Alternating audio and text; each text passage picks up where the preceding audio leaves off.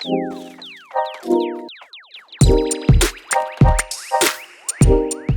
podcast family, it is me, Tim. I am back. It is me or it is I?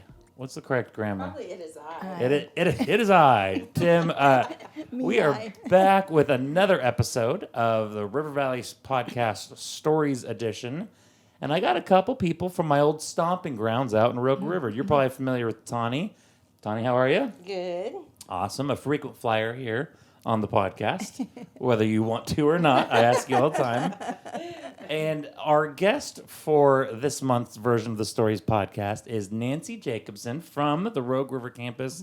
Nancy, how are you? I'm fine, thank you. 1 to 10 nervous scale, where are you at? I'm probably about a 7. 7. That's right where we want to be, right? It keeps things interesting. If you do it about 15 more times, you'll be down to like a 4. Okay. Right. Well, real quick, how are things going at the River Valley campus? Little campus check-in. Rogue River? Oh, yeah, Rogue River campus. Yeah, I think they're going really good. We're in the gym now, Yeah, we've got our setup and tear down flowing really Nice. smoothly for the most part, and we're doing good. It's amazing. I love great. it. I especially love the prayer time. That's why I'm really not set up to come early, except for I do greeting, and I Okay. do that one day, or one of the Sundays. It's the last Sunday of the month, and I love doing it because it gives me the opportunity to meet people. And that's what I really needed to do because I became such a recluse. So now I'm learning people, learning names, going home and writing them on my calendar. And Oh, let's go. All right. now I have to remember who they go to. Well, all right. So that's a little plug for the Rogue River campus and for greeting. If you want to meet new people, greet, because it's the best way to meet new people. Absolutely. Yes, absolutely. Well, Nancy, I reached out to all the campus teams and I said, hey, I want to hear stories from people from your campuses. And Austin and Tawny responded with your name. Oh, my. So with that, let's hear your story. Well, I started going to church when I was about 3 months old. I'm going way back. I'll just make it quick. Yeah. My mother we were brought up at Southern Baptist Church, and she started me from that time, and I went really faithfully until I got out of high school and got a job with Pacific Northwest Bell, and that was like 62 years ago. And so I had to work Sundays, so I wasn't able to attend church, and I worked for about 4.5 years.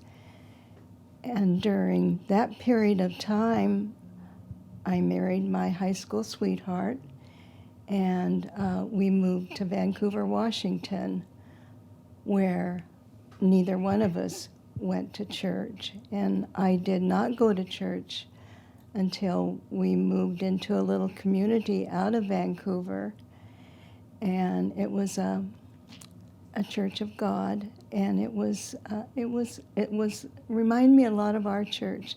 It was very you could feel the Holy Spirit there. It was alive, and was there for probably about a year or so, and we moved again. My husband's job took him to different places. He was in the lumber business, and he was a lumber salesman.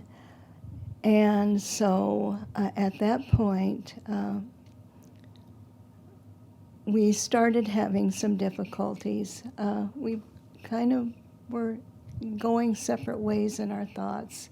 And I was the one that really, I feel, that maybe possibly broke the marriage up in a way. I mean, it was both of us, but anyway, moved away, and we did get a divorce. At that point in time, my kids were both out of school. Jeff was in college. He was starting college, I should say, and he was involved in the Mormon church. And so he got me involved in the Mormon church.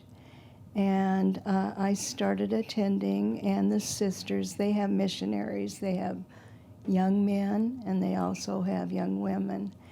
And I was blessed by having two very special young women that were my missionaries, but I became involved in the Cub Scouts. That was one of the programs because I was getting ready to go to the temple. And so I don't know how to explain it except sitting in their services was so cold. I mean, I can visualize it just in my mind's eye today, just sitting there and feeling nothing. And so I left Jeff served a mission in St. Louis. My son served a mission in St. Louis for 2 years. And in that period of time, I met Bill, my husband. And we didn't go to church for the longest time, but we moved back to Eugene, and that's where the family was. And we started going to Assemblies of God Church. And it was a wonderful pastor, and really got along with my husband. My husband was very outgoing. I was the quiet one. And he was just, he was a good man. So I have a real quick question. Yes. What made you guys decide to go to church? Well, it was the family. The whole family. My son-in-law's dad was a greeter at the church, and they invited us to go, and Bill was just he wanted to go to church, and I was the one that said no. I didn't want to go, not for any reason or that I was doing anything wrong. I don't know, I just didn't want to go. But anyway, we went, and he accepted Jesus as his Savior, and he was baptized, and we moved away. We moved to Cave Junction, Oregon. Oh my! And built a sweet spot. Oh my heavens! Well, he went to work for his nephew he was a contractor, and they were building houses out there, and so that's where we were for like 12 years. And my Avon lady last week told me because I was sharing about the church with her, and she said, I remember asking you to come to church, and you said no, but Bill always wanted to go. Mm-hmm. And hard to believe that I would say no. I can't even imagine it today. Wow. But anyway, that's what it was at that point in time. And so anyway, we sold that house, and we were in our home out in Rogue River it was less than a year, and he started getting sick. And so doing a lot of testing and everything, and they gave him 2 months to live. And he had squamous cell lung cancer is what he had, and then he had the infection. The infection had spread throughout his whole body. But I had him home with me for 6 weeks because he was in and out of the hospital, and hospice got involved, and anyway, he passed, and my cousin came to live with me, and she'd been with me for, she'd been with me almost a year at that point in time. And I went out to put something in the mailbox around 9 o'clock at night, and she was visiting with somebody across the street. And she'd always asked me about coming to church. Will you come to church? And I says, no, I don't like organized church. I just don't want to do it. And so she says, you told me you'd go. I said, okay, I'll go. She says, all right, there's 2 services. There's a 9 o'clock one and there's a 10 o'clock one. And I says, well, I'm up early. Let's go to the 9 o'clock one. So we did. And it's an experience I can't share with you all. I mean, I can share it, but what went on inside of me, Austin was amazing, just totally amazing. And whenever I left, I know I've shared this with the 2 of you, that whenever I came out, I just felt like I was walking on a cloud. And I said, I just want more. And I've been coming ever since. I try to be as involved in whatever I can be, or what they'll let me be. But you do it. But it's been such a blessing. I just wish Bill could have experienced. I wish, but I know he's looking down, and I know he's really happy that I'm doing what I'm doing and meeting the people and having people in our home. Oh my gosh, life group. It's tomorrow night. It's at Nancy's house. It's at my house. And the life group plug. But, I just, and see the church, how it's grown. That just absolutely amazes me. But I know it's because of the truth. And people are getting the truth. And that's what we need so much today. There's so much negativity out there. And I kind of feel my calling. You put that thing out on the gift test. The gift test. I read it the first day, but I thought I need to think about this. But I've become more involved with women or people my age.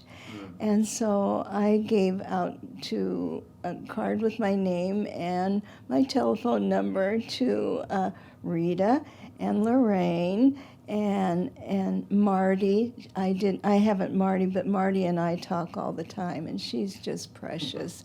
And so I would love to be able to be with some of the people that are probably, because I'm always the old one.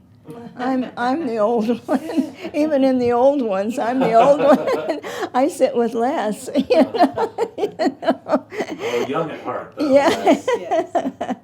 No, but I feel every day blessed. It's hard. I really miss my husband tremendously, and but I have such wonderful friends and people that are just Danella. I just love Danella. She's kind of all over the map like I am. I don't know how else to put it, but she's just, I've just been blessed by many, just smiles and faces and meeting people and really pushing myself, because it's not like me to really do that. But, it really makes you feel good after you've gone up to somebody or they come to you even. I mean, that just, oh my goodness, it just lifts my heart. So that's kind of my story. Yeah, so there's a lot there. My mind was going, a lot of really great stuff. And Tawny, butt in if you have anything that you wanted to inquire about. But I did make a note, if you don't mind sharing. So what I'm hearing in your story, which I want to get to, is the transformation. You went to all these different churches, right? Yes. That's fascinating, right? Baptist to Yeah. the Church of God to the Mormon church, and then to an Assemblies of God church. But then in your heart, by your story, there's a transformation that happened. And I'm not saying the Rogue River campus has this magical dust, but there was a transformation when you came out of the doors in that first service. So I want to get to that. But if you don't mind, you said something that kind of stuck with me. And it's that you said, I was probably the one that broke my marriage, the first marriage. Yeah. And I would be really curious. That's a really heavy statement, and it's a lot to process. And I would be curious what the processing was like. Because I know for me, in any relationship, I'm always, all right, I know their faults, boom, boom, boom. Right. But to get to the point of, oh, that one was probably on me, is a lot. So what was that process like? Okay, I'm just going to be really honest. I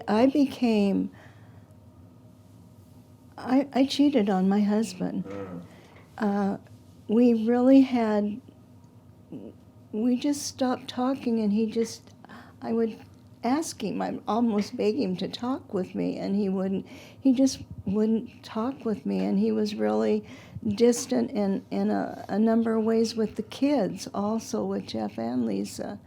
And so I went outside of my home, and I was promiscuous, and I mean, I have to be honest about Appreciate the honesty, my. yeah. It's nothing that I'm proud of, and it's nothing that I really like to talk about, but it's part of my story, and it's part of what is in here, and what is really important, and what maybe I would have done differently in my marriage, but yet I had a wonderful marriage. We lacked just a little bit over a month. Bill and I did. We were married for 25 years. Oh. And that was your second. Bill was your second. He was husband. my second husband, and I was married to Gary for 22 years. Wow. And so there were, and I'm not proud of that, but it is what it is, But feel free to ask me anything. No, that's. I mean, I appreciate that, because I've talked to people before in a similar situation, and they say, "Not proud of it, but it's my story." And usually there's a willingness to talk about, because it's not you anymore. It's not me Yeah. anymore, right? Yeah. So no, yeah, I appreciate your honesty there, because that's again, I think there's just a maturity and a health and a healing. Yes. So with that, two other things that I want to talk about is the transformation I talked about, and then just how you have kind of dealt with or processed the grief of your husband. But let's start with the transformation, and not in a way to bash the other churches. No. Not the goal here at all, but because what Austin said was great, what the church does is great, but obviously the Lord did some transformation in your heart. And Yes. do you want to kind of speak to that a little bit more? I mean, you did kind of share it in your story of what that transformation was like. Well, I guess I was really hungry.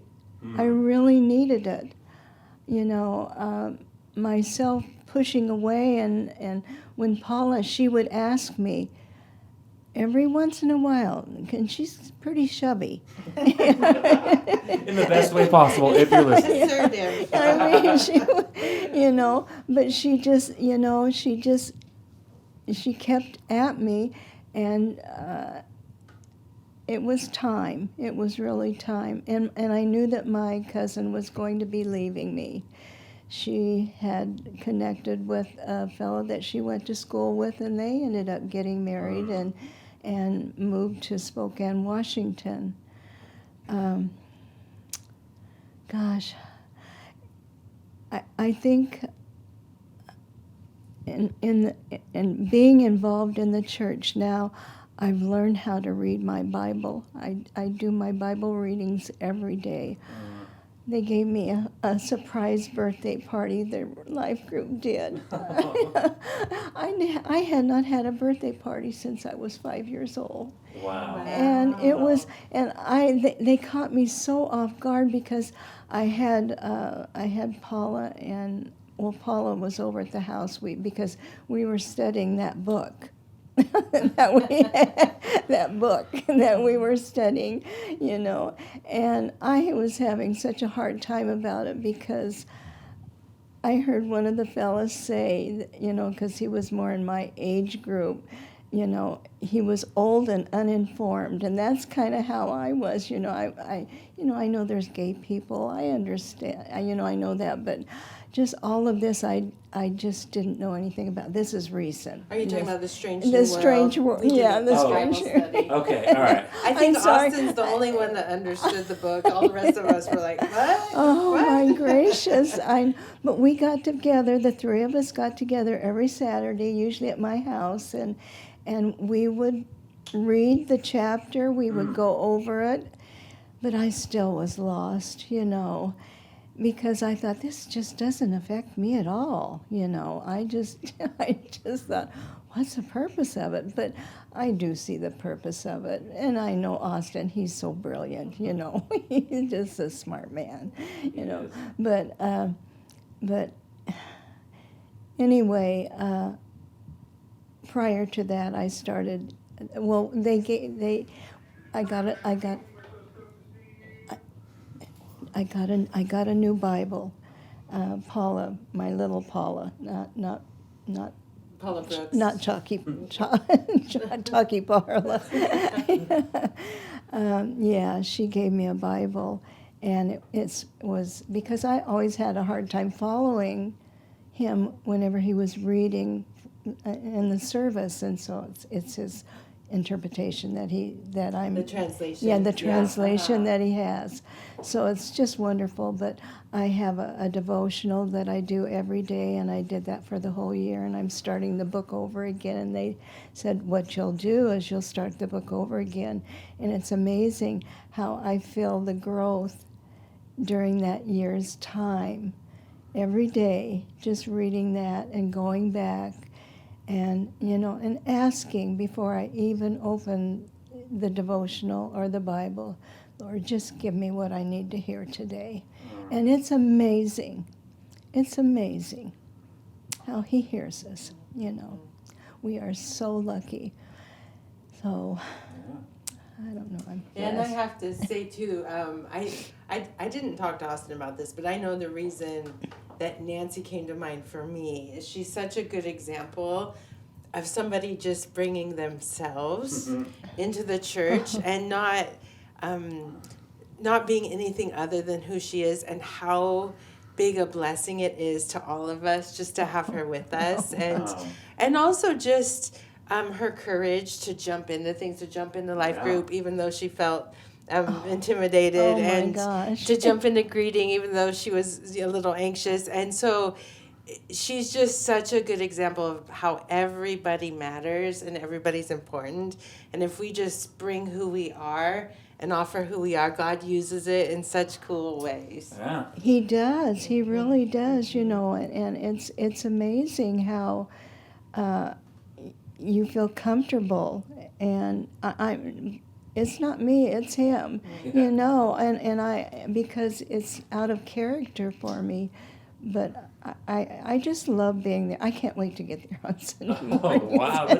No, it's the truth. This is good. Yeah, well, I'm a big fan of just your genuine self, because I think when we're trying really hard to impress people, right, that's cool. It's like the Instagram life, so to speak. You see all the cool photos, but when you get someone's true, genuine self, right, you hear their stories. And Tawny, a few years ago, asked me a question that knocked me on my butt, and it was, so, like, Tim, you're doing all these things that you think you're supposed to do, but what were you created to do? Yeah. And so that just hit me in the face. But it's like, yeah, I gotta do what I was created to do, be how I was created to be, because in that, and the reason why I believe in this podcast and these stories is because now you're sharing the great stuff, and then the not so great stuff, and someone's listening to that thinking, okay, all right, there's hope, there's another side to this, and that's what church life is all about. And so Yes. that's really exciting to hear your story. Tim, if a person is just like, I know this coming Saturday, it's the women's, the women get together and have our breakfast together. Mm-hmm. I love that time because, I try to sit at a different table. I kind of try to pay a little bit of attention to the numbers. I know that's kind of cheating, but I want to meet That's different smart, people. yeah. But I've had to do it, and and it's for myself, and the Lord blesses me, and I just want to keep doing what I'm doing. I just want to keep showing up, and just loving the Lord and being That's blessed. super awesome. So Nancy, would you share with us your advice for somebody who's in that grieving time? Like, what things have helped you get through it?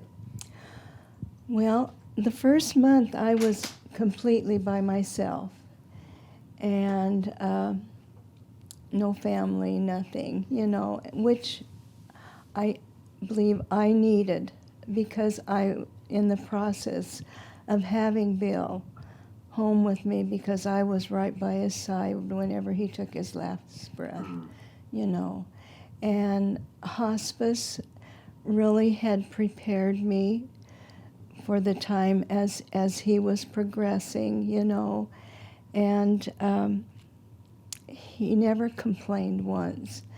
His last words to me was, "Relax." Wow. That's the last thing he said to me, And, I guess, gosh, I just had to do what I had to do. I had that month gave me a time to get my house ready and get things kind of together, and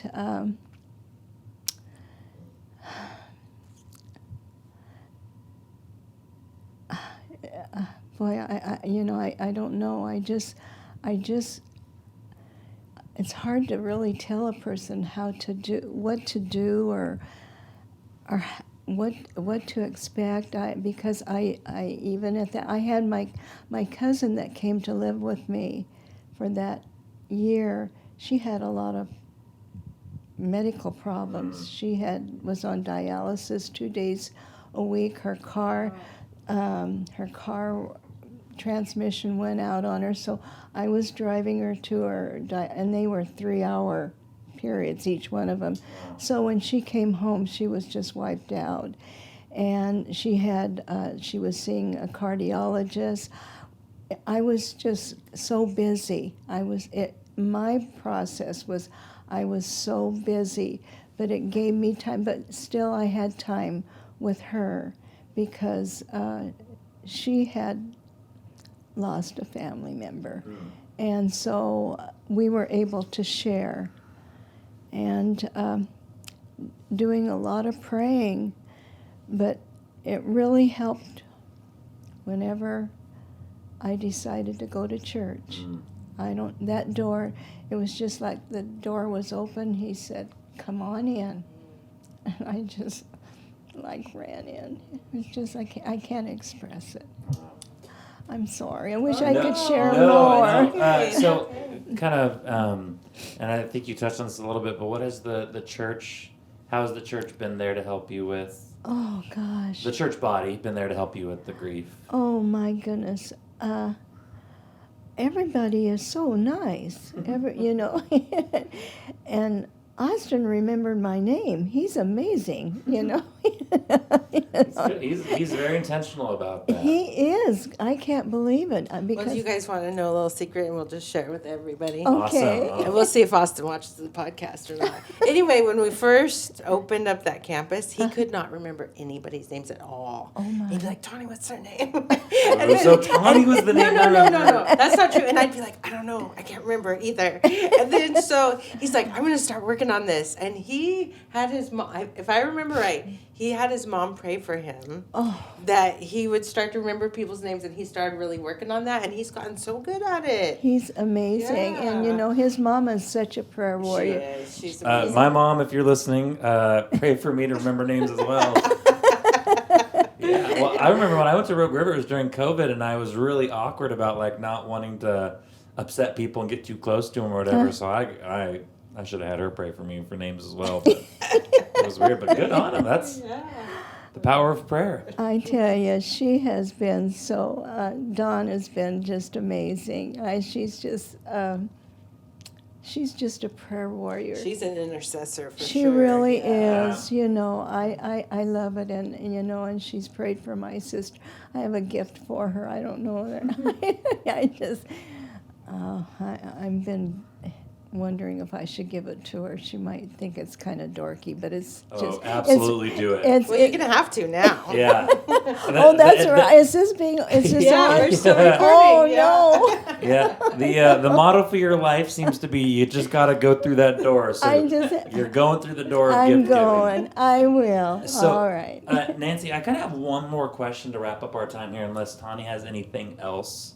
And again, I'm not trying to say here to pump hot air into the Rogue River Church, but what I'm hearing is that this church has been not life-saving, but it's been so good for you. Yes. And if you kind of had to describe that church in one word, or maybe what was the word that brought you back? And my hopes is to kind of paint a picture of what church is to people, or what it can be to people. What would that word or words be? We're not going to be legalistic about it. No. Well, it was... I know I was very hungry. Yeah. I needed it, and it was the message. It was his message every Sunday that he brought forth, and your message too when you were preaching. And I mean that sincerely. I honestly mean that, and that's what I really needed. I just that cup needed to be filled up again. Yeah. And it's just. I'm getting there. So I'm hearing refreshment and replenishment, maybe. Yes, Yeah. Well, and you yes. mentioned, you were pretty quick to identify truth, and the truth is being Absolutely. preached, and I would imagine that that's being preached at all 5 of our campuses. But I know Austin, that's his leading charge is truth and nothing but the truth. Yeah. So it makes sense that he's a teacher. I look at him as a teacher, and how he does it. I can remember that. Yeah. That's a miracle. Yeah.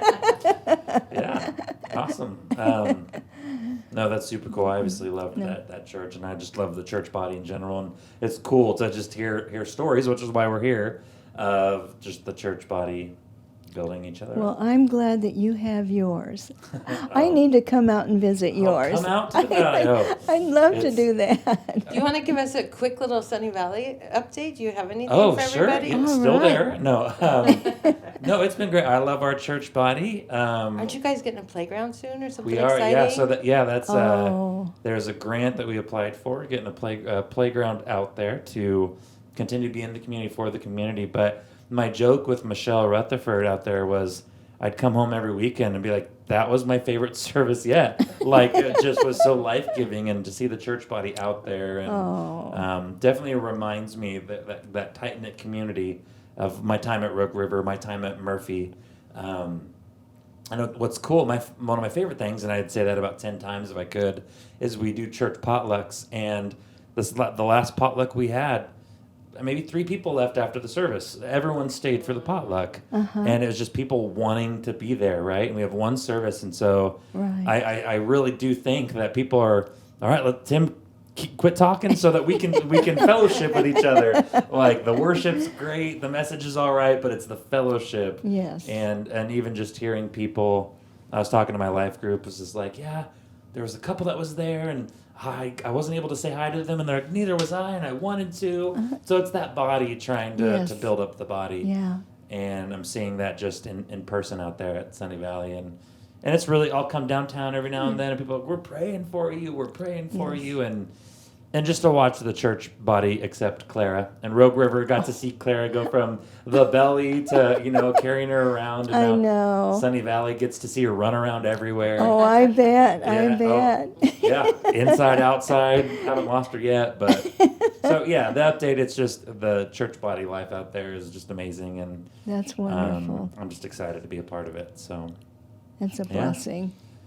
well, Nancy, what are your nerves at now as we finish the podcast? Oh, my goodness. Well, I really encourage people that if you are watching this, to come. Just come to church. Come to church. And I sit up in front because I don't want to be distracted. That's the only reason I'm up there. But I think I want to move around a little bit. I think I'm going to start moving. I'm going to sit on the other side. Austin won't be able to find me. All right, Rogue River No, guest Nancy's coming for you. But just come and just feel the warmth, because people linger after the message and before, and the fellowship with people, it's absolutely amazing. You won't be sorry, and the potlucks are great. And I didn't go to this, what we had last weekend, because Sunday was the day, it was my husband's birthday. And I had made not reservations, but I had made arrangements with his sister to come over and spend time with her after church. And I went out to the cemetery. We always decorated the graves, and so, but it was a nasty day. So I took flowers, because my husband loved flowers, and put them, and I go out and I clean it up, and his grave. It's like, when I was out there last time, there was a mole, a great big mole. I thought, oh no, what's going on there? I'm sorry. Yeah, no, a lot of different directions you can go. They're trying to get out. I know. Wow. He's driving him crazy. Right, No, I know where he's at, and I know he's looking out over me, and I know he's happy, and I'm so blessed to be here. So blessed to be with you. Well, we're people. blessed to have you, Nancy, for sure. Yeah, Nancy, I appreciate you willing to come on and share your story and be honest and vulnerable. Tawny, always enjoy having you on. I'm probably going to ask you again at some point. Okay. Any final words, ladies, as we say? Well, how are you feeling nervous-wise now? Oh, yeah. I feel better now. Feels better. That's the goal. It'd be bad if you felt worse. But. Well, awesome. Thank you guys very much. Listeners, thank you for joining us. We'll be back on in a few weeks with a staff pick. I think I know who it is, but last time I said it, it didn't happen. So see you in a few weeks with someone else. See you later. Bye. Bye.